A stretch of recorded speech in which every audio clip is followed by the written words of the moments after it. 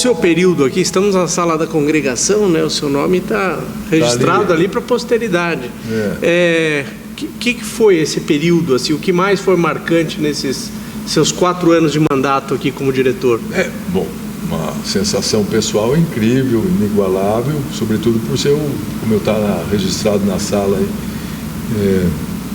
que eu, conselheiro Ribas, lá no 3º andar, que eu financei a reforma lá, que é o segundo amor meu, quer dizer, eu passei mais tempo aqui, uma época, do que na minha própria casa, e nesse arco temporal, mais tempo aqui do que em qualquer outro lugar que eu tivesse ficado. E representou muito, porque eu, graças a Deus, tive muita sorte de, naquele momento, ter intervindo para apaziguar a faculdade, para dialogar. A faculdade vinha notoriamente de um período de discussões, de brigas, saía na imprensa, notícias desabonadoras, e eu consegui fiz outras coisas aqui administrativas, mas 2 coisas importantes que eu acho, dentre as quais naquela época eu e o vice-diretor fizemos, e a congregação aqui. 3 aspectos. O primeiro deles é de estabelecer um diálogo permanente entre professores que eventualmente estavam vivendo em atrito. Isso foi fundamental, de levá-los na sala da congregação. Segundo lugar, ser o primeiro a chegar todos os dias e passar nos departamentos, conversar com os funcionários, procurar saber os problemas pessoais dos funcionários. Isto foi fundamental. E evitar impugnações pós-concurso. Então, na sala da congregação, convocava os professores potencialmente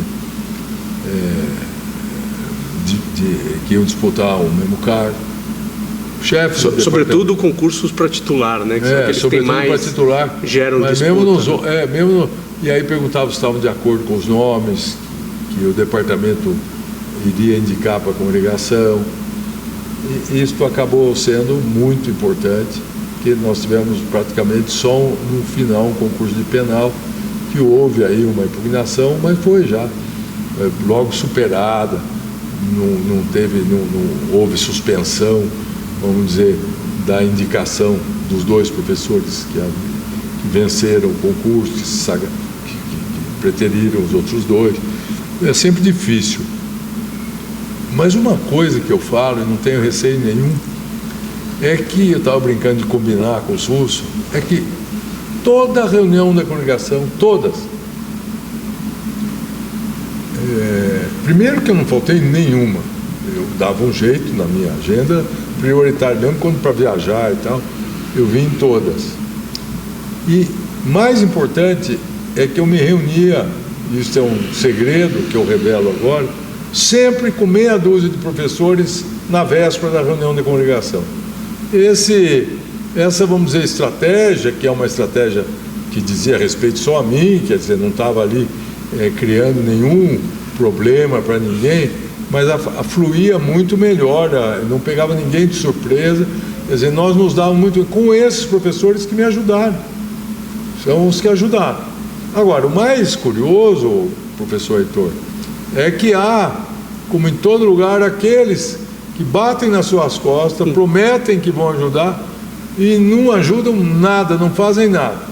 Mas de não atrapalhar já está muito bom, já estão ajudando mais do que pensam já, né? Então é da natureza humana, não é só aqui e tal. E não tive nenhum contratempo com o aluno também, por uma felicidade, não tivemos greve, não tivemos... Imagina, o professor Floriano, que fez uma gestão excepcional, e eu tenho muito orgulho que ele foi meu aluno, quer dizer, não houve concorrência nenhuma na candidatura dele, foi o primeiro professor que não foi eleito por lista tríplice, já é a própria congregação, que, com alteração do estatuto da USP, do regimento da USP, isso foi muito bom também. E o professor Floriano pegou a pandemia, né? Isso aí é uma coisa que foi um desastre, quer dizer, uma coisa inesperada no mundo inteiro, que nem é bom rememorar. Mas, enfim, eu não tive nenhum percalço, sempre presente e sempre procurando ouvir os professores com pedidos de toda a ordem, tomando cuidado com as contas também, né? Isso é importante. O ordenador de despesa tem que tomar sempre muito cuidado com as contas para ver se tudo vai bem. E essas questões que envolvem aí, né, às vezes divergências entre colegas que disputam a cadeira para titular, no seu modo de ver, o modelo que as federais passaram a adotar, né, de progressão de carreira é positivo, ou seja, que é um cargo, é um título e não mais um cargo? Não, eu já fui da banca assim, da banca de concurso para titular de colegas nossos, tal, e sem desmerecer, tira todo o estímulo, né? Porque é claro que a disputa desgasta, mas se ela for uma disputa, sempre desgasta, mas uma disputa com isonomia, sem nenhuma carta marcada, como já teve no passado aqui, em várias oportunidades, mas uma disputa lídima é muito mais interessante, seja para os candidatos que se esforçam mais, porque essa questão de você passar por tempo de serviço, quer dizer, galgar um degrau na carreira por tempo de serviço, eu nunca parei para refletir muito. Por exemplo, a UERJ no Rio é assim, mas a Faculdade de Direito eles têm os dois modelos, né? Exige a tese e tal. Mas é sempre mais emocionante, pelo menos para os colegas, é difícil falar isso para o candidato, mas é sempre quem fica postergado também, quem não conquista a vaga. Quem não conquista a vaga também sempre fica com. Mas isso passa e faz de novo. Isso faz parte da atividade acadêmica e tal, como eu disse, desde que o concurso seja absolutamente realizado com isenção, como tem sido feito e como nós temos preconizado aqui.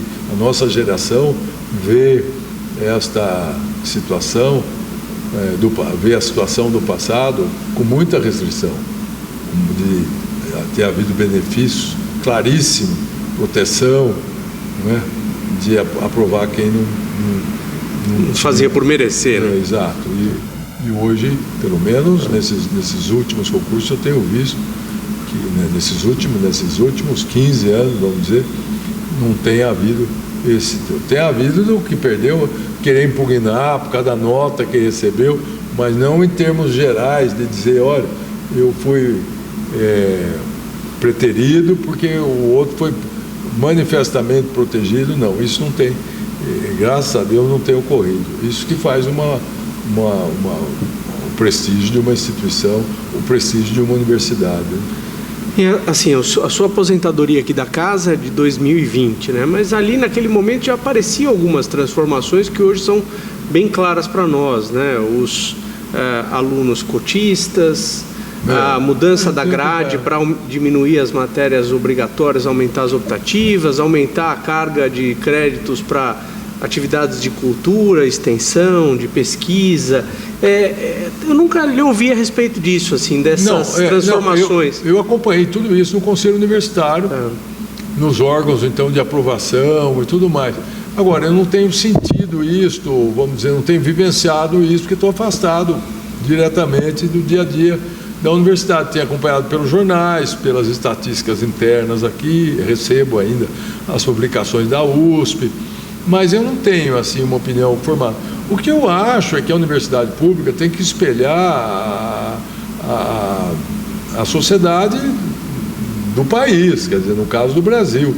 Então, se há, historicamente, uma discriminação, uma falta de inclusão, eu acho absolutamente válido isso, sistema de cotas, enfim, era um default, era um débito que nós tínhamos. A USP ter demorado tanto a implementar. Exato. Então, eu acho que está perfeitamente adequado, desde que fique dentro desses parâmetros, porque também se abrir tudo cai, acaba eventualmente cai. E eu estou dizendo isso porque eu me lembro de uma crítica muito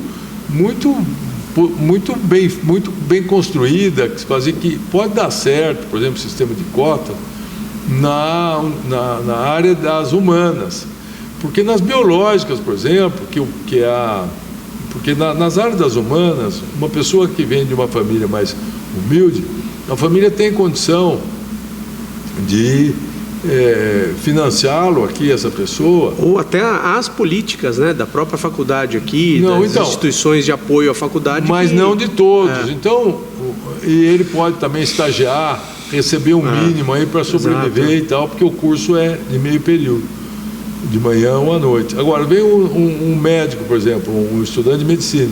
Como é que a família consegue mantê-lo aqui 1 ano? Depois ele não tem como se empregar, porque ele não tem tempo para fazer um curso razoável.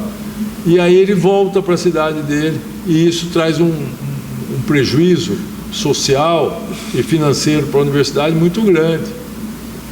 Então, tanto a seleção também de alunos de pós-graduação tem que ser feita com critério, porque se um aluno desse desiste numa universidade pública, também cria aí, em primeiro lugar, do aspecto financeiro, e em segundo lugar, você deixa de colocar uma pessoa vocacionada.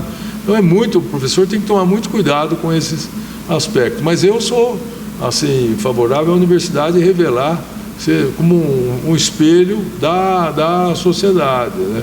Acho que é muito bem administrado, pelo que eu sinto, pelos anos que eu passei como suplente no Conselho Universitário, representando a congregação, 2 anos, foi mais 4 anos, com pelo menos uma experiência de 6 anos no Conselho Universitário, que é uma fonte de aprendizado ali, com cabeças... Para entender a universidade como um todo. Né? Quer dizer que foi estupendo, foi assim, magnífica a minha passagem pelo Conselho Universitário, exatamente para entender a universidade.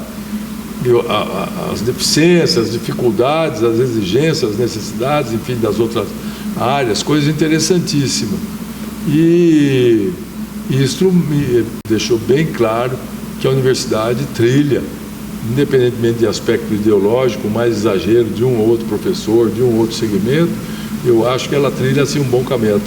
Ela tem sido bem administrada, sabe? Os administradores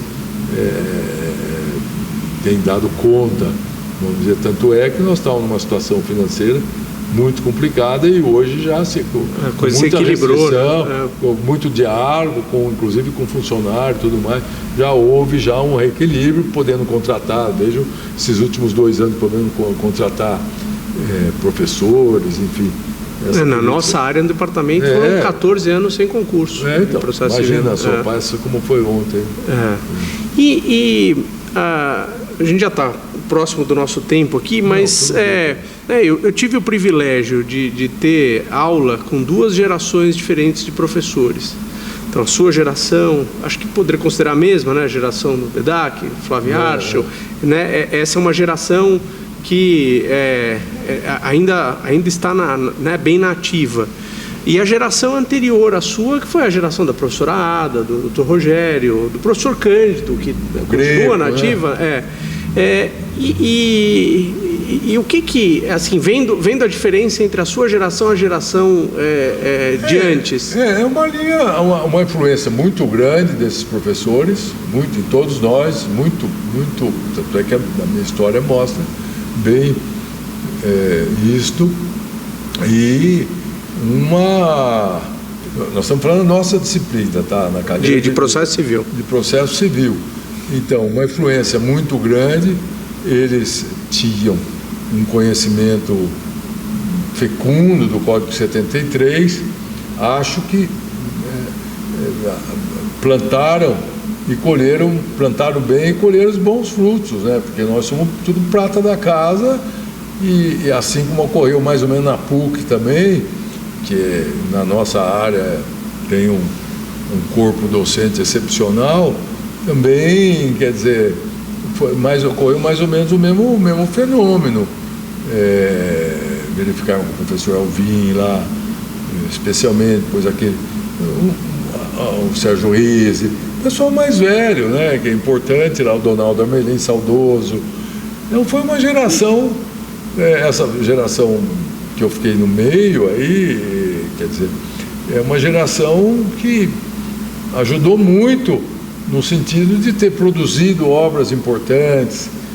Eu acho que a alteração mais importante da dogmática do processo civil, da minha geração, da minha época, é a técnica da instrumentalidade. É uma mudança. Muda um paradigma teórico. Muito. Foi depois a coletivização do processo. Primeiro, a constitucionalização do processo, depois, na sequência, são assuntos diferentes, mas que vão quebrando paradigma. A mais importante, que é a instrumentalidade, é uma visão muito mais dúctil do processo para atingir um fim, e hoje a coletivização do processo e tal. Quer dizer, é uma evolução muito firme, muito lastreada em bases sólidas. Eu acho que é dessa geração passada que a gente tira, né? E é gozado. Estou pensando aqui, uma pergunta que eu não tinha ainda refletido sobre ela, que é mais um fenômeno que acontece no Brasil, né? Porque se nós formos ver os colégios do Rio Grande do Sul, também com o Galeno, com o Adroaldo, com o Ovídio, depois o professor Egas, é mais ou menos um fenômeno. Quer dizer, esse pessoal todo, Barbosa Moreira, dessa geração, né? Dessa geração. Que hoje seriam octogenários, nonagenários, ou até mais. Isso, então, é dessa geração de entre 80 e 100 anos, que daí vem a minha e vem próxima a sua e tal. Nós devemos muito a eles, porque eles construíram aqueles comentários do Código 73 que marcaram época. E ontem eu peguei o do Barbosa Moreira para ver lá uma questão de interesse recursal e tal. Fui pé a página, porque de tanto eu citar, eu já sei até que a edição que é a penúltima, a 14ª edição, mais ou menos até a página, mas eu fui pegar lá. Então, eu acho que nós fomos moldados, nós já lemos aqueles livros lá. Agora o neto do professor Adroaldo, que até me levou para o aeroporto a semana passada, ele me disse que vai prestar agora, imagina só, vai prestar dia 22 o mestrado dele em matéria metaprova, sobre metaprova. Eu falei, o que é metaprova? Ele falou, a prova da prova e tal. E aí eu dei risada, falei, nossa, seu avô me examinou em 1987, que coincidência, fui feliz, viu, para o aeroporto e tal. Esse foi aquele livro, ele está querendo, o Droal está querendo arrumar alguém para atualizar o segundo neto, sabe? Uhum. Aquela introdução, quase que eu falei para ele, não precisa mexer no livro, aquela introdução de procedimentos especiais que tem umas 40 páginas lá, eu sabia decore isso para concurso meu aqui. É uma coisa que ele explica lá, é de uma felicidade, acho que tem umas 42 laudas ali. Uma teoria geral dos procedimentos especiais. Então, é excepcional. É gozado, tem livro, aqui não é o caso, mas que eu já falei também para você, o prefácio é melhor do que aquele livro do Canário lá, que sobre sistema e pensamento jurídico, sistema e pensamento jurídico. A introdução tem 100 páginas, naquele formato pequeno, do Menezes Cordeiro, é melhor do que o livro. O livro que é muito bom, mas é melhor, é interessante. Pô. E para a gente encerrar, como é que você vê os processualistas mais jovens aí, a minha geração? Até eu já estou numa etapa que eu tenho uma geração que vem depois aqui. Eu divido em dois grupos. Aqueles que são talentosos, que pensam e não têm pressa. Daqueles que não têm talento e o papel aceita tudo e eles só repetem. É o que tem acontecido hoje, é muito mais barato editar livro, aqui eu não estou desmerecendo ninguém, mas é mera repetição, quer dizer, é o gosto de... Você veja, sem também fazer... ótimos livros sobre precedente judicial, mas você vê, tem mais de 30 livros sobre precedentes judiciais, quer dizer, que doutrina que aguenta com isso? Não é que eu estou querendo aqui limitar o número, mas assim, o Brasil é muito grande, é um celeiro de juristas, mas há gente que se aproveita da situação e não tem condição alguma de trazer uma contribuição efetiva, é mera repetição. Tem estou querendo lembrar aqui o nome de um autor que eu li outro dia, não, é conhecido, E ele fala exatamente isso, que o número, hoje, você tem que controlar muito, e só você pode controlar os livros que você vai ler, porque é melhor não, pelo tempo, ele estava falando mais velho, a pessoa mais velha, pelo tempo que a pessoa tem, ela não pode ficar gastando com livros que não te intrigam, livros que te estimulam. O livro tem que ser, a palavra não é essa, mas o livro ele tem que te incomodar. Porque para você ler uma coisa que traz o conceito de citação e no outro também tem, então para a gente separar hoje o joio do trigo, o que é bom, então eu vejo assim, para encerrar e responder, há um grande número na nossa disciplina de estudiosos da nossa disciplina, e dentre esses, muito mais do que no passado, havia poucos, mas hoje, por essas razões, os cursos de pós-graduação, quer dizer, se nós formos ver aqui o número só do nosso departamento, é um número assim formidável, mas dentre esses, alguns passam porque realmente merece passar, que o trabalho tem alguma originalidade, que é uma contribuição efetiva. Mas a maioria deles não traz nada de novo e passam porque cumpre a tabela, fazem um trabalho lá que cumpre as exigências legais. É isso, infelizmente é isso, não há como, por isso que eu prefiro aconselhar a fazer com mais calma, quer dizer, vai com mais calma e faz uma pesquisa melhor, não se preocupe em fazer, se não houver uma conexão temática de fazer história ou de fazer comparação jurídica. O importante é que faça um trabalho profundo, um trabalho meditado, na medida do possível que traga algum pensamento novo, concreto. Isso que eu acho que falta um pouco, falta de orientação. Mas isso ocorre, Heitor, dentro daquele processo que eu disse ao longo aqui da nossa conversa, daquele processo de um declínio cultural mesmo, quer dizer, por que eu vou ler no que eu venda se o fulano já me passa toda a informação que o que eu venda me traz? Então eu vou a segunda mão, quer dizer, é isso que perde hoje significado, quer dizer, essa pessoa nunca vai trazer nada, nenhuma contribuição efetiva, porque ele não tem um conhecimento que o leve a suscitar a questão na origem. Então fica muito plástico, né? Fica muito sem as graça. Pessoas acharem que o pensamento sobre o processo começou agora no Código de Processo Civil de 2015, então, como se nada tivesse vindo antes disso, né? Exato. E esse é um projeto, né, do qual nós acabamos de participar aqui, de Memórias da Fundação Arcadas, e aqui, certamente, esse nosso bate-papo vai ser ouvido por alunos da faculdade, da graduação, de pós-graduação, daqui a muitos anos. Que mensagem você deixaria para esses alunos que vão nos ouvir aí pelas próximas décadas? Bom, em termos aqui bem restrito quanto à faculdade, que continue a amar a faculdade e que a faculdade traga a vocês a mesma satisfação e o mesmo orgulho que trouxeram ao longo do tempo para mim. Eu, como eu disse, sou um fã incondicional, um aluno que nunca saiu na acepção da palavra da faculdade.